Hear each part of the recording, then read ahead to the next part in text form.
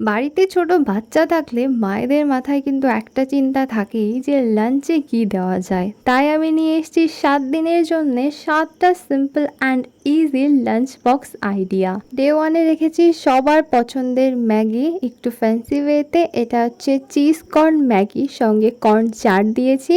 Day টুতে homemade waffle with chocolate sauce আর সঙ্গে আছে মৌসম্বি লেবু। ডে থ্রিতে আছে রেড সস পাস্তা, সঙ্গে আছে আপেল এবং মৌসম্বি লেবু।